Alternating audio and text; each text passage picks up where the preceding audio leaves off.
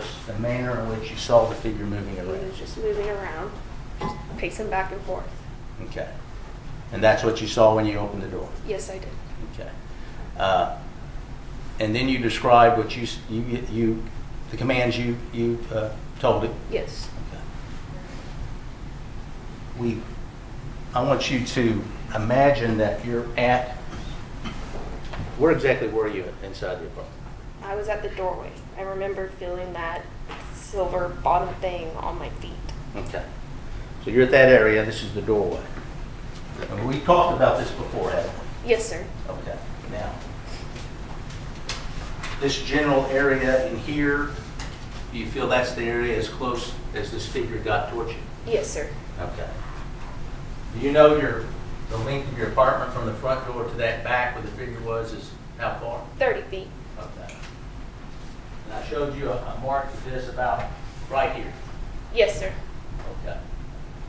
Now I want you to first tell the jury exactly how loud you said, "Let me see your hands." I said, "Let me see your hands. Let me see your hands." And you had the gun pointed. Yes, sir. And the figure was moving around as you described? Yes, I have my gun pointed, and I'm saying, "Let me see your hands. Let me see your hands." What were you focused on? Him. Just him? Yes. And then he began coming towards you? Yes. And as he became coming for you, that's when you heard him speak? Yes. Okay. I'm going to do that now, all right? Yes, sir. Hey! Hey! Hey! And that's at that point whenever I shot. Somewhere in this area. Yes, sir. When you shot, what happened? He fell down. Yeah, this just dropped. We all know Amber Guyger, the former Dallas police officer who shot an unarmed black man in his home after she claimed she thought he was in her apartment. She went into the wrong apartment. Just the other day when I went into Walmart, I parked my car, and when I came out, there was an identical car parked right behind mine. And I walked up on the other one, and all I had to do was look in it and say, "Oh, that's not my car." My car was directly in front of it. The same, if the apartment, how do you mistake your apartment for somebody else's when it's going to smell different? First of all, just people have different scents. I'm not saying that they stink or whatever, but they don't smell like you. You smell your own shit, and you know that that's not your shit when you go in there. The furniture would have been different. But anyway, she claims when she came to the front of the door, it was slightly open, and someone was inside. But if you go to let's say this, she really thought this was her house. If you go to your front door and you see that it's open, even if you got a gun, you ain't gonna go in there. You just ain't gonna go in there. You ain't gonna go in there. It just don't make no sense to me. And I also don't want to hear how there was a relationship between those two and it didn't go right, so she shot him. That's kind of too far out in left field, man. I don't know what went on. It could have went down the way she said it went down, but she didn't have to go in there with her gun drawn. I just don't see where she should have done that. But the fact that she only got 10 years, first of all, when they first announced that she was found guilty, you hear hallelujah and all that bullshit in the courtroom. I said, y'all niggas is jumping the gun. Wait until she gets sentenced. I thought she was going to get some old timeout shit, 30 minutes in jail type shit.